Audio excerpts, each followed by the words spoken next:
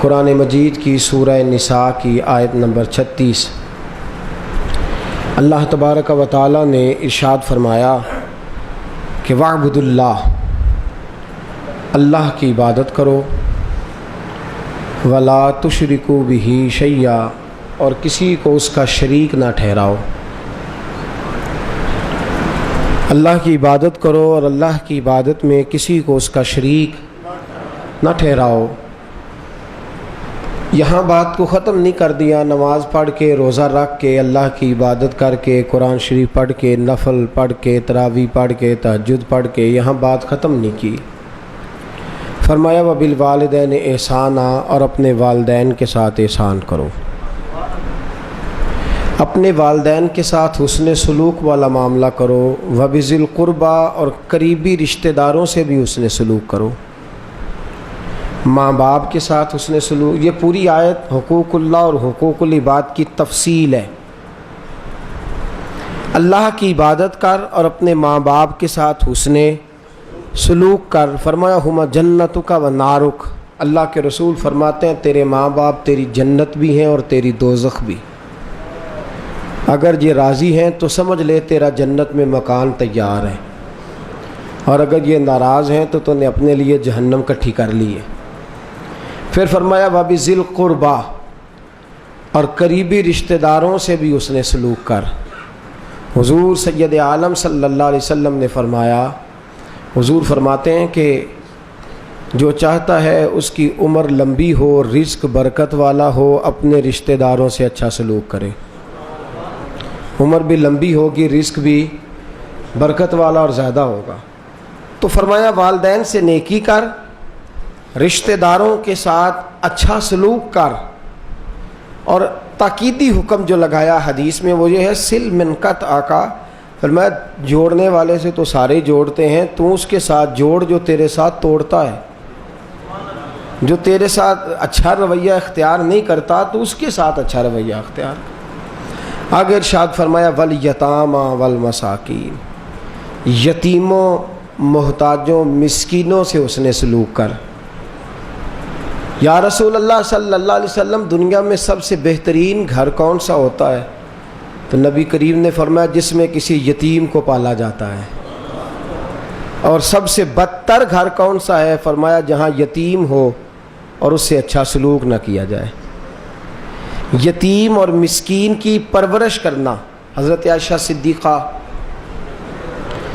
رضی اللہ تعالی عنہا فرماتی ہیں کہ اللہ کے رسول صلی اللہ علیہ وسلم نے فرمایا، ایک شخص آیا، یا رسول اللہ صلی اللہ علیہ وسلم میرا دل بڑا سخت ہو گیا۔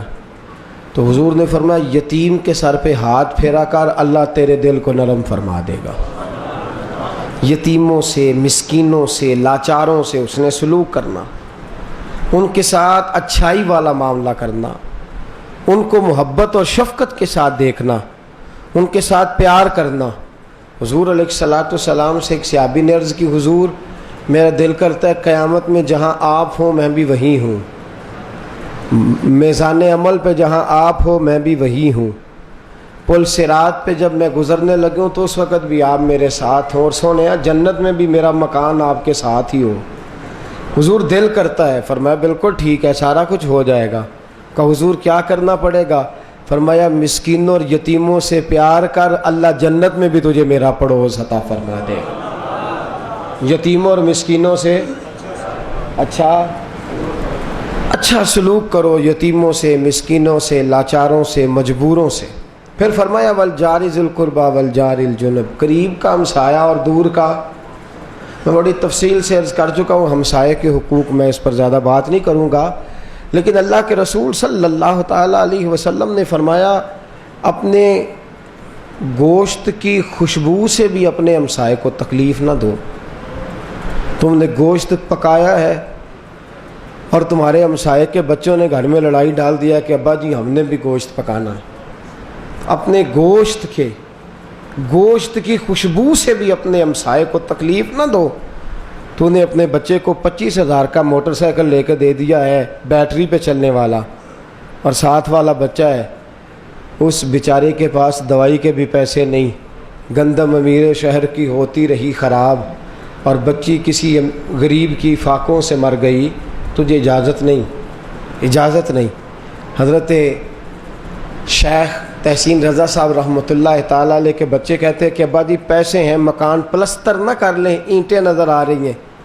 تو فرماتے بیٹا میرے گھر میں سارے بچے ہیں اور میرے پڑوس کے گھر میں ساری ہی بیٹیاں ہیں، جب تک وہ اپنا مکان پلستر نہیں کرتے میں بھی اپنے مکان کو پلستر نہیں کروں گا، اس لیے کہ وہ ان کے گھر میں غربت رہے اور میرے گھر کے اندر جو ہے وہ سارے معاملات آ جائیں۔ تو دوستو قریبی پڑوسی، دور کا پڑوسی کا خیال، اور یہ بات ذہن میں رکھیں، یہاں اللہ نے یہ نہیں فرمایا کہ وہ بھی تیرا خیال رکھے تب بھی تو رکھ، یہ ضروری۔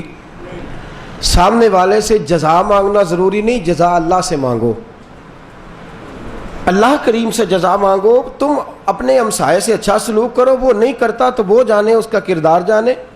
کوئی بیوقوف کے ساتھ بیوقوف ہوا جاتا ہے تو اس کے ساتھ اچھا سلوک کر۔ آگے ارشاد فرمایا وَالصَّاحِبِ بِالْجَنبِ، اور جو تیرے ساتھی ہیں نا تیری کروٹ کے، ان سے بھی اچھا سلوک کر۔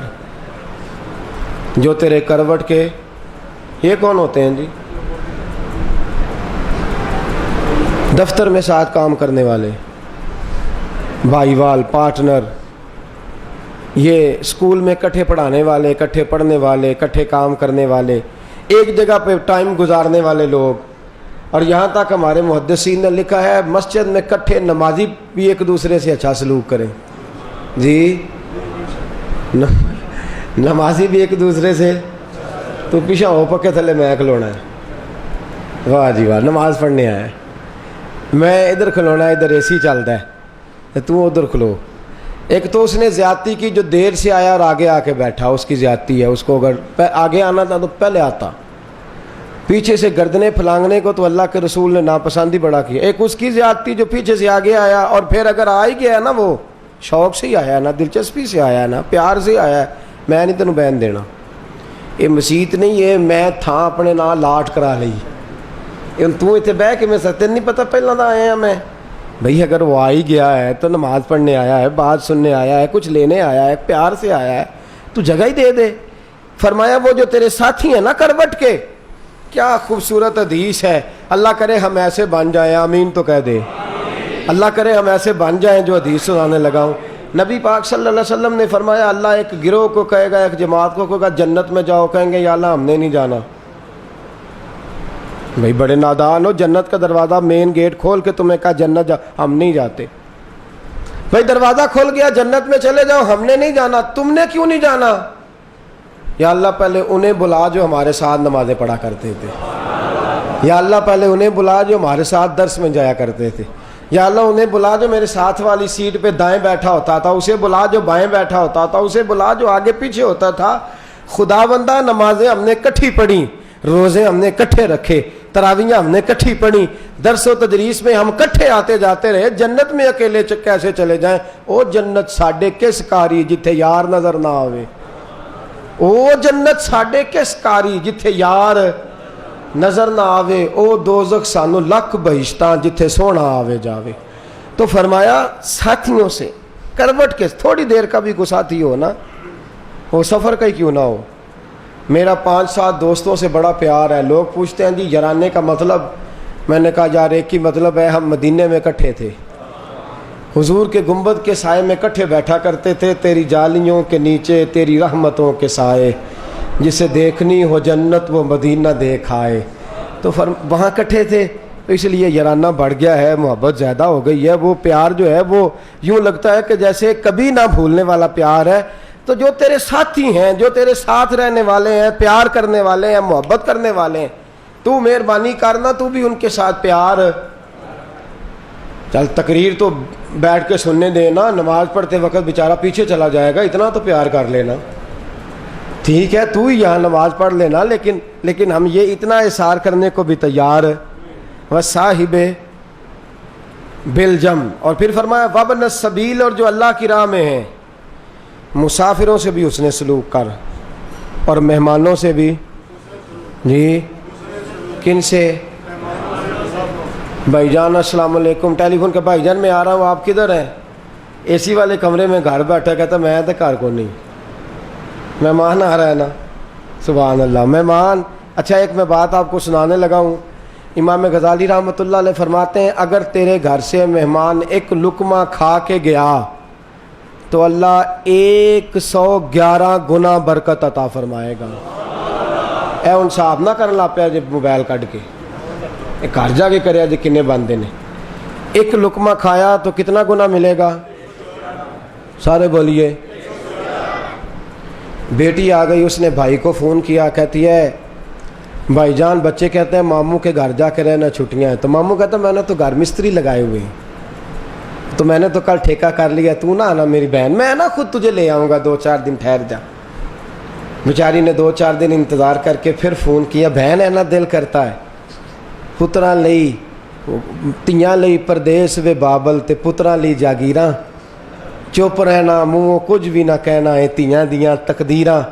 میرا دل کرتا ہے کہ میں اپنے باپ کا آنگن پھر سے دیکھوں, وہ جس گلی میں کھیلا کرتی تھی اور جس درخت کے اوپر پینگ ڈال کے میں جھولے لیا کرتی تھی. میرا اماں کے گھر رہنے کو دل کرتا ہے, میں آنا چاہتی ہوں. تو بھائی کہتا میں نے تو مستری لگا لیے, تو نہ آنا. اور بہن آ گئی بھائی کے گھر, اور بھائی کہتا ہے تو بہن تیرے بچوں کے سکول کھل گئے ہوں گے, میں گاڑی نہ لاؤں, تجھے چھوڑ آتا ہوں. 6 بچے لے کے وہ بیٹھی کار میں, سارے رستے روتی گئی, سارے رستے روتی گئی. خامد کا تو مہینہ رہنے گئی تھی, واپس آ گئی. کہنے لگی نہیں میرا بھائی تو ضد کر رہا تھا تو نہ جا, بھابھی نے کئی دفعہ کہا ہے تو نہ جا, لیکن میرے پاس ہے, میں کیا کرتی, اس لیے میں آ گئی ہوں. اس لیے آ گئی ہوں کہ ان کے گھر میں نا بچے تنگ کرتے تھے, شرارتیں زیادہ ہوتی تھی, گرمی زیادہ لگتی تھی, تو میں لوٹ آئی ہوں. مہمان آیا رحمت لے کے, کرم لے کے, عطا لے کے, مہربانی لے کے, لیکن ہم نے کیا رزلٹ نکالا؟ ہم نے کہا کہ تو واپس جا. تو عزیز دوستو, اس قدر تکلیف کا عالم ہے, اس قدر درد کی بات ہے, اس قدر دکھڑے کی بات ہے, اس قدر زیادتی. اور بھابھی بھی سوچے کہ اگر وہ آج اس گھر کی ملکہ نہیں تو کبھی اس گھر کی آنگن کی وہی شہزادی ہوتی تھی. اس کے لب ہلتے تھے تو باپ کا کلیجہ مچل پڑتا تھا, جو بیٹی کہے گی ویسے ہی کروں گا. تو آج تو یہاں اسے چند گھڑیاں بھی گزارنے نہیں دیتی. دوستو یاد رکھیں, اور وہی بھابھی جب اپنے میں کے جائے گی تو اگر یہاں اچھا سلوک کرے گی تو وہاں اس کے ساتھ بھی اچھا سلوک ہوگا. تو جو مسافر آئے, جو تیرے گھر 4 دن رہنے آئے, جو تیرے گھر وقت گزارنے آئے, جو تیرے گھر میں ٹھہرنے آئے, شکر کر خدا کا کہ تیرے گھر کوئی آیا ہے. شکر کر اللہ کا کوئی مہمان بن کے تیرے گھر آیا تو صحیح.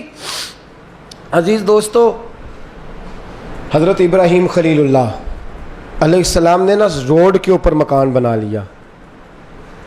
تو آپ کے عزیز آپ سے پوچھنے لگے روڈ پہ مکان کیوں بنایا ہے؟ کہنے لگے مہمانوں کو آسانی ہوگی روٹی کھانے کی, مہمانوں کو. اور حضرت ابراہیم کا طریقہ تھا, سارا دن لنگر پکاتی 2 بیویاں آپ کی, اور سارا دن ہی مہمان کھاتے رہتے. مہمان تو رحمت ہے, وہ آیا ہے تو نصیبہ ساتھ لے کے آیا ہے. سارا دن قحط پڑ گیا فلسطین میں, کھانے کو کچھ نہ رہا. حضرت ابراہیم علیہ السلام نے اپنے دوست, مصر کا آپ کا ایک دوست تھا, اس کو پیغام بھیجا. اس کو کہا 10 بوریاں گندم ادھار دے دے, فلسطین میں دوبارہ سے خوشحالی آتی ہے تو واپس کر دوں گا. جب اس کے پاس 10 اونٹ بھیجے نا بوریاں رکھ کے, تو اس نے جواب میں 1 اونٹ روانہ کیا. کہا ابراہیم علیہ السلام سے جا کے کہیں کہ آپ کو چاہیے تو مل جائے گا, مہمانوں کے لیے کوئی نہیں.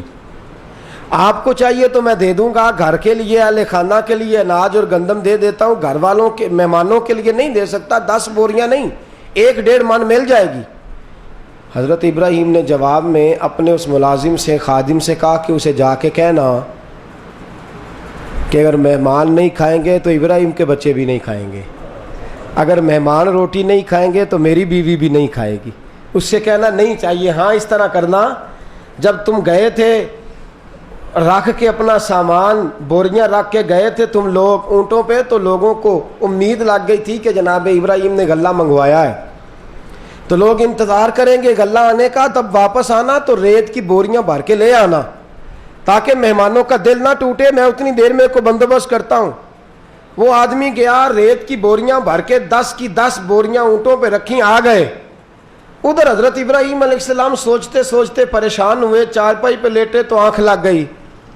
آپ کی زوجہ جناب حاجرہ کو پتہ ہی نہیں، حضرت سارہ جانتی نہیں بظاہر کہ بوریوں میں کیا ہے، وہ آئیں ریت والی بولیاں کھولیں، چاہیے تھا ریت نکلتی، خوشبو والی گندم نکل آئی، اس کو کھولا، پکایا، کھلایا، مہمان کھانے لگے، حضرت ابراہیم اٹھے، کہنے لگے خوشبو بڑی آ رہی ہے، خوشبو بڑی آ رہی ہے۔